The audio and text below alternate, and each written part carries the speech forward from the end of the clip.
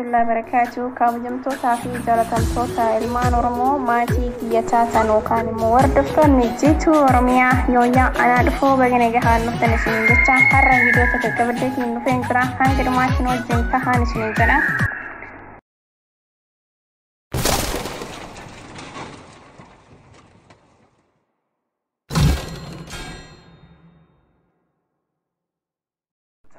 بركة نائب فمن كيسا قبتي ولانا قلميسون في قرطة كبجمع يكون distinguished graduate researcher تون بداسة ميدالية وركيتي أنا موتي بيجتيرا بدا فمين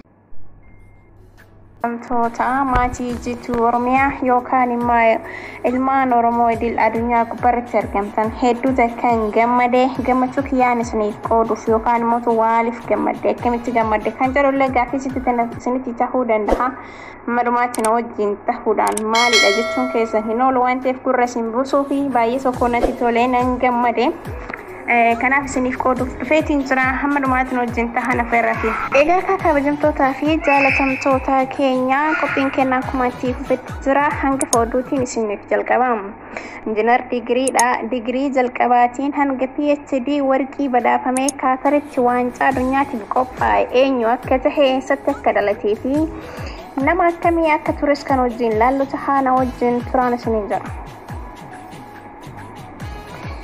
Egaa ka ummata keenya wanta baay'ee nama gammachiisu keessaa Taaddasaa Gammadaa kan jedhamu dhalatee kan guddatee Shawaa Kaabaa Aanaa Kuyyuutti yoo ta'u amma dargaggeessa ganna 30 gara jalqabaa keessa jirudha. Taaddasaan imala Egaa Taaddasaan imala milkaa'inaa gama barnootaatiin argatee mana barumsaa Garba Gurraacha hanga biyya Kaataritti badhaasota hedduutiin argataa akka ture ni dubbata. Ani barnoota koo irratti xiyyeeffannoo godhee gara barataa cimaatti kanin dhufee yeroon kutaa 8ffaa baradhu ture. Akka lakkoofsa Awuroopaatti bara 2008tti qormaata biyyoolessaa kutaa 12ffaa fudhadheen.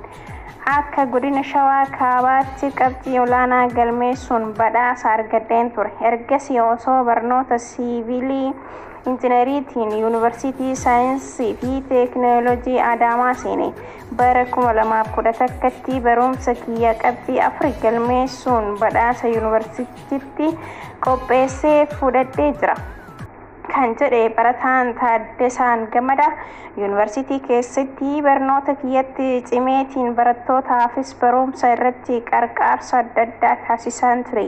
Ijoollee injiinaringii barataniif barattoota barnoota dabalaas kennaan ture kan jedhe dargaggeessi keenya kuni amma sadarkaan inni irra jiru baay'ee tokko kan nama gammachiisuu fi abdii baay'ee kan namatti horu ta'uu isaatirraa kan ka'e anillee gurra simbuusuudhaaf sagantaa kana qabadheetiin dhufe. Waaw hedduu tokko natti tolee jira akka itti gammaddan immoo abdiin qaban isiniin jedha.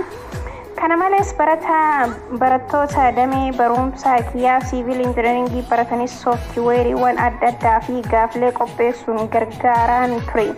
Yeroon barataa waggaa 3ffaa ture irraa kaasee amma kitaaba sarjikaal injiinaringii jedhamu barreesseen ture. Hedduu tokko nama gammachiisa. Kana malees foormulaa haarawaa fi istaandardii ijaarsaa gamoowwan Itoophiyaa wajjin kan deemu diizaayiniiwwan haaraa akkaataa itti hojjetamu irrattis hojjechaan ture jedhe. Barataan kun wanta takka qofa qabatee osoo hin deemne kallattii garaagaraatiin bu'aalee biyya keenyaafis ta'a jedhameetiin yaadamu hedduu tokko argamsiisuuf tattaaffiin yookaan immoo shorri inni taphate baay'ee olaanaa ta'uu irraa kan ka'e hedduu tokko na gammachiiseen isiniin jedha. Haa ta'uutii yeroo barataa waggaa 4ffaa turetti balbala mooraa yuunivarsiitii saayinsii fi teekinooloojii Adaamaa turetti cubbuudhaan lapheen koo jala dabalatee iddoowwan 6 waraannamee laaptooppiin kiyya waan saamameef hojii karratti na jalaa hafee. Haa yaadu malee wantoota biyya keenya keessatti nama mudatan keessaayyuu nama Oromoo fi Oromiyaa keessatti dhalate irratti wantoonni mudatamu tokko lama waan hin taaneef kun eenyuufuu ifaadha. sababa kanaafillee haa ta'u malee inni nama akka kufus taasifameellee ta'uyyuu nama kufuu hin dandeenye ta'e carraaqatee iddoo ilmi namaa itti argamu tokkotti gahuudhaaf tattaaffii guddaa yookaan mootuu bu'aa guddaa biyya ofiitiifis nama argamsiisu ta'ee argamuun isaa jechuun hedduu tokko waan nama dinquu fi waan nama gammachiisudha.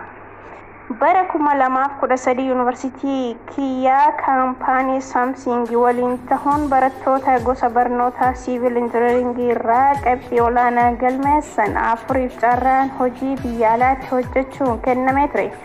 isaan keessaa tokko ana ture jedhee Taaddasaan. carraa kanaan kaampaanii Samsung Kaatar jirutti saayitii injiinarii tahee hojii jalqabe. kaampaanii kana keessatti qophii Kaatar waancaa addunyaa qopheessuuf taasisaa jirtu keessatti ijaarsa bu'uuraalee misoomaa irratti waggoota 3 hojjedhee jira. akkasumas immoo Kaataritti yeroo ammaa kana istaadiyoomii dorgommii waancaa addunyaaf olaanaa guutumatti xumurettee kana jirtu.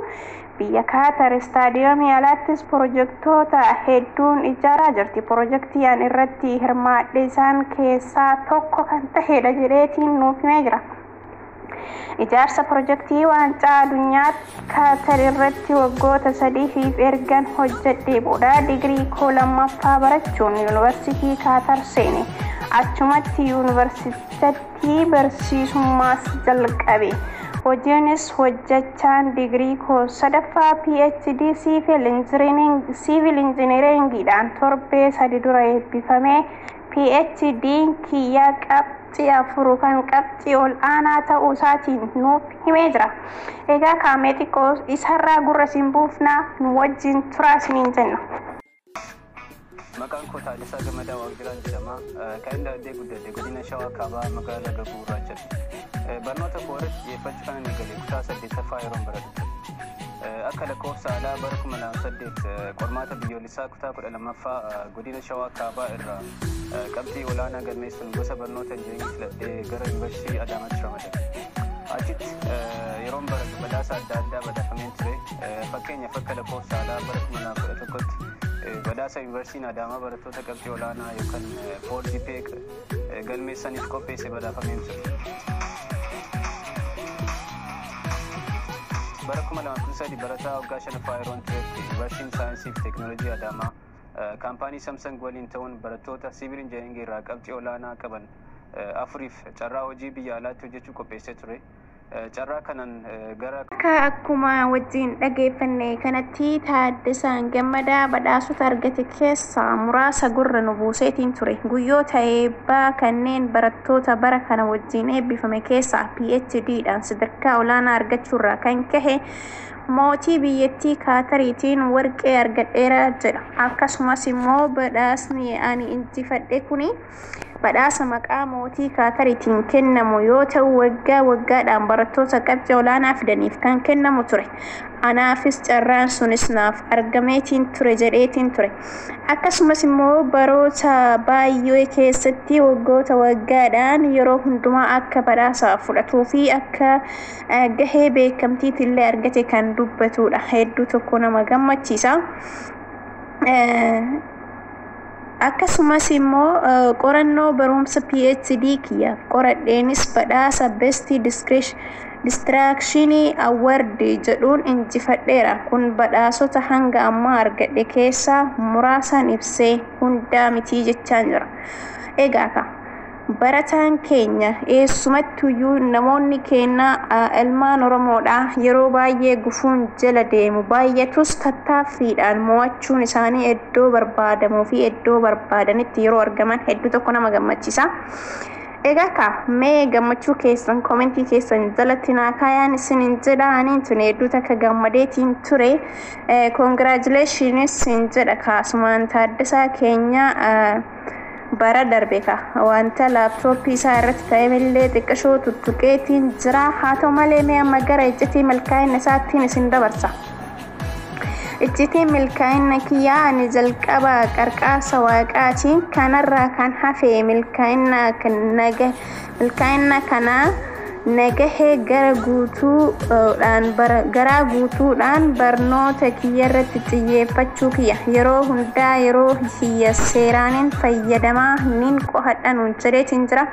Ani amala kootiin yeroo qo'adhu beekumsa argachuuf qo'adha malee qabxiidhaaf cinqameetiin hin qo'adhu jedha. Kana jechuun maalidha? Namni tokko amma yeroo waan tokko hojjetu wanta hojii sanii ittiin milkaa'uudhaaf hojjeta malee bu'aa hojiin sun fiduu kan immoo akkasitti fuuldura kaanii akka hojjetanii fi barattootaafis immoo wanti kun dhaamsa ta'a jedheetiin yaadaan akka jiitutti. Kanarraan kan wal qabatu barnoota fiiziksii fi herreegaa baay'een jaaladha. Isaan yeroo hundaa dura deeman dubbisaa ture. Fakkeenya fiiziksii kutaa 10 yeroon kutaa 9 turuun dubbisaa ture. Baay'ee nama dinqisiisa dhugaa rabbi. Kana jechuun barataan tokko dareedhuma keessa jiru san wanta irra jiru san bichaa irratti xiyyeeffachuu osoo hin taane wanna fuulduratti namatti dhufullee of dura bu'anii ilaaluun eenyumaafuu kun fakkeenya. Egaa barataa bichaa irratti xiyyeeffatu wanti kun nama ta'ee namni kamiyyuu wanta xiyyeeffatu yookaan immoo wanta irratti hojjechuu barbaadu irratti kan har'a irra jiru qofa osoo hin taane kan boorisatti dhufullee fuuldura isaa deemee qorachuu fi barachuun hedduu takka akka barbaachisaa ta'e asirraa dhaamsa gahaa wajjumaan arganna jedheetiin amana. Egaa Taaddasaan baay'ee tokko waan gaarii akka hojjetee fi fuulduratti illee waan gaarii akka hojjetu ilma Oromoo ta'ee kana carraa kana argamsiisuu jechuun anaaf waan guddaadha. Egaa kabajamtootaa fi jaalatamtoota kiyya turtii hamma ammaatti wajjin gootaniif yoraa bulaa isin jedha. Ammaaf asumarratti ga'u labaa turtii guyyaa biraatiin yookaan viidiyoo biraatiin hamma walitti deemnutti nagaa naaf turaa naamsa kiyya.